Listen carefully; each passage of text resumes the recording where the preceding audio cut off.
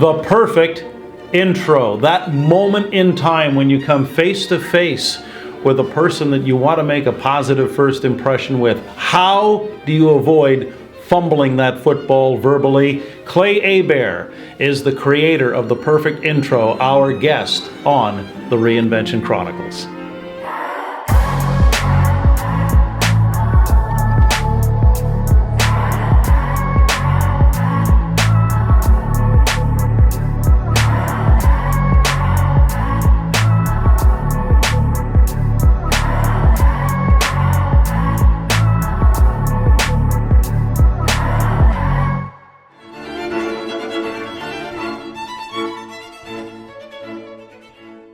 The perfect intro. It doesn't matter whether it's at an industry conference, a trade show, a seminar.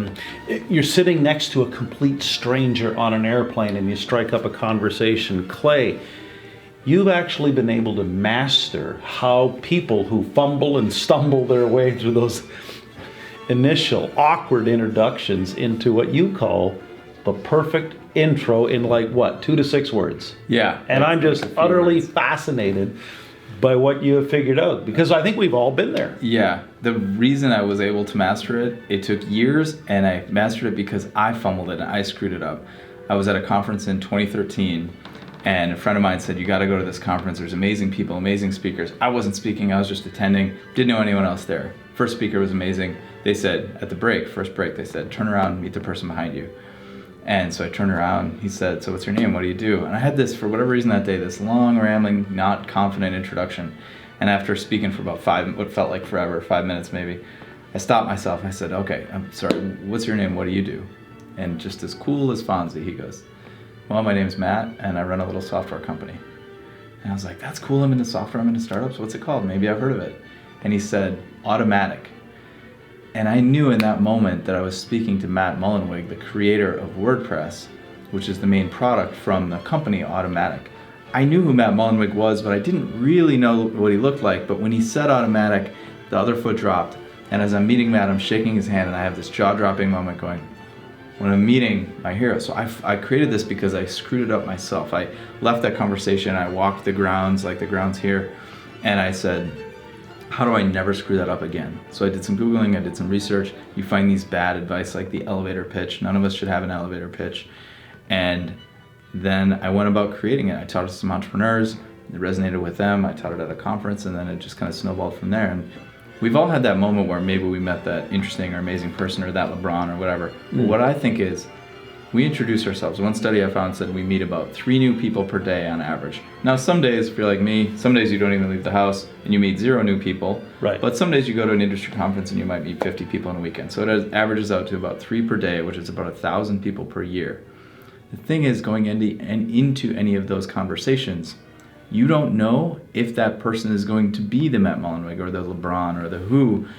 You don't know their background, you don't know. Maybe their cousin is your perfect customer or perfect client.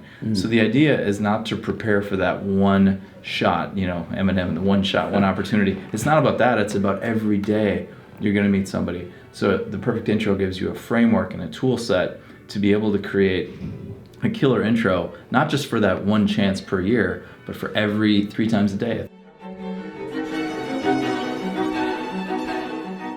You mentioned something earlier, the elevator pitch. Yep.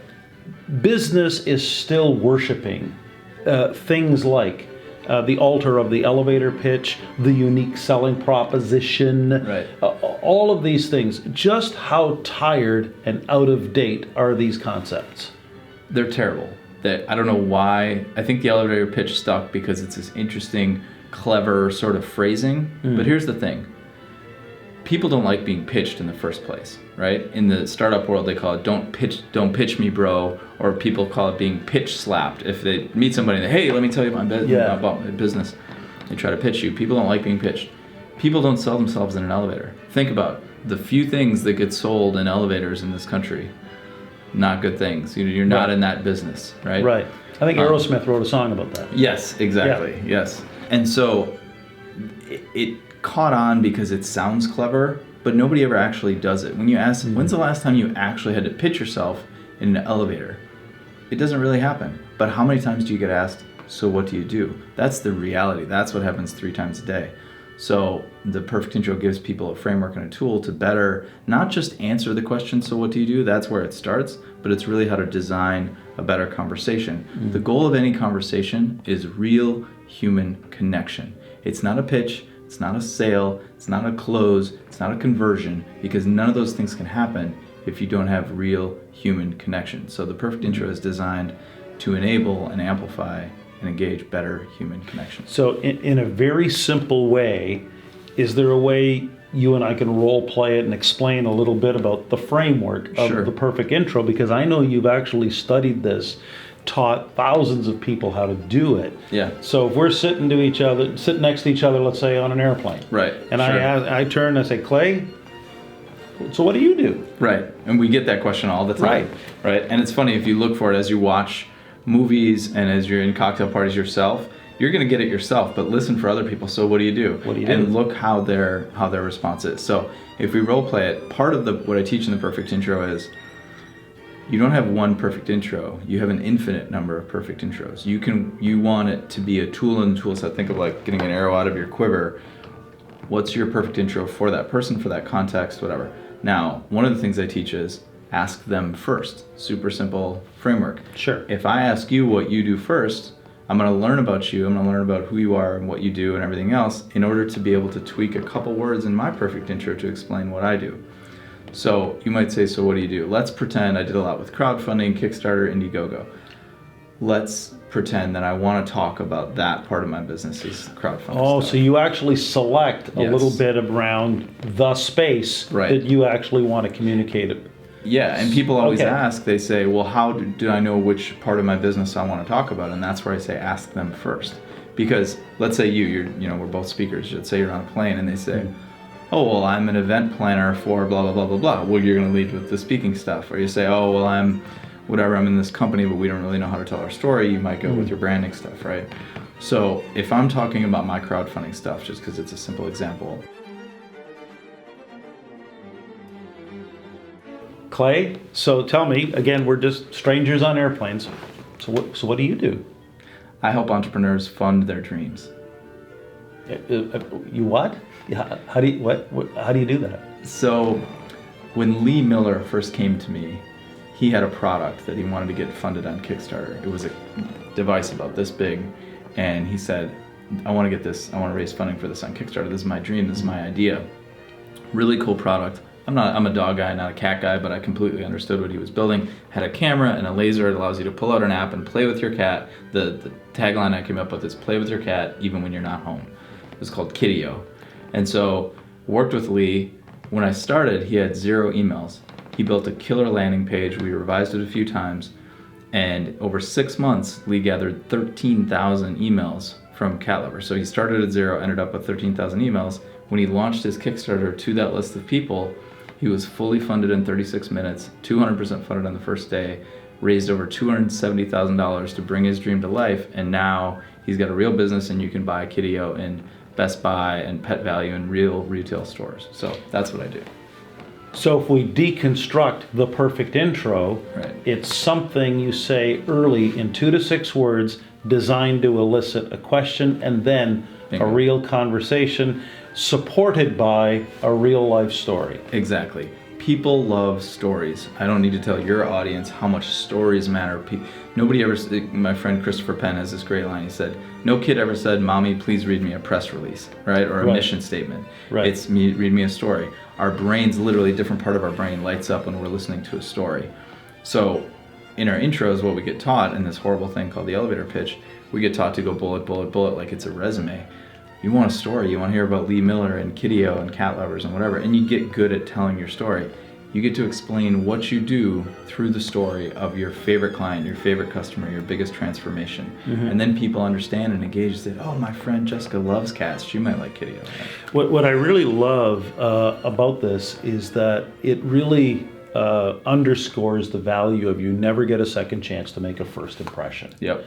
And what the perfect intro and what I know about your work, the perfect intro is allowing organizations and people to put their best foot forward right away, right from the get-go, in and in this new economy where attention spans are shrinking. Yeah, yeah. And what we talked about meeting in person and saying, so what do you do? Right. But as I've taught this over the years, it's really expanded into a better website headline, tagline, Right. social media bios, marketing copy. Everything flows from a better way to explain what you do. So use an example. We'll stick with the same example for consistency. I help entrepreneurs fund their dreams. On your website headline, one framework I like is verb your noun. So who's your customer? What is the noun that they want verbed, and what's the noun and what's the verb? So if someone is looking for help with crowdfunding, I don't say the ultimate Kickstarter system to blah, blah, blah. I say fund your dream. And I don't say I and I don't say we, because they're already on your website. Sure. You don't need to explain who you are. They're looking to have their problem solved. So I say fund your dream. If someone's looking for help with crowdfunding and the website says to them, fund your dream, we'll show you how or whatever, they want more and they want to know more. And the only job of your website headline is to get them to scroll, to click play, to read more, to download the PDF, whatever that next thing is. If your website headline does that, it did its job. Your website headline is not going to close the sale. It's just meant to keep them interested. Okay. Yeah, but we often want to say, we are the leaders in cross-platform transportation methodology. Nobody cares. They want their problem solved. So one framework. This isn't the be-all end-all, but verb your noun is a really great place to start. You're a speaker, I'm a speaker, so you might say rally your troops if Right. you were talking about to an event planner about booking that. If I'm talking about the perfect intro, I might say nail your intro, right? Verb your noun, and you can play with it. You've done so much research on this, and I know you're getting speaking requests from all over the country, but what's ahead for Clay Hebert? So the perfect intro is actually, and I've never really talked about this online, so this is the first thing, but the perfect intro is really a launch into a series of books and topics that I'm going to build around the word perfect. So we'll reveal the second one here now. It'll be the perfect calendar, and it's about a concept I help people with, choosing what next project for their business or what next initiative, or for entrepreneurs, maybe what next company, not based on what they think will work, but assuming it will work, what will give them the calendar that they desire. So the perfect intro, the perfect calendar, and then there'll be more sort of books in the series. So on that note, Clay, I really appreciate you stopping by and doing this, and continued success with the perfect intro. Thanks so much, Gary. A springboard, if you will. Josh, I don't even know where I'm supposed to look. Over here?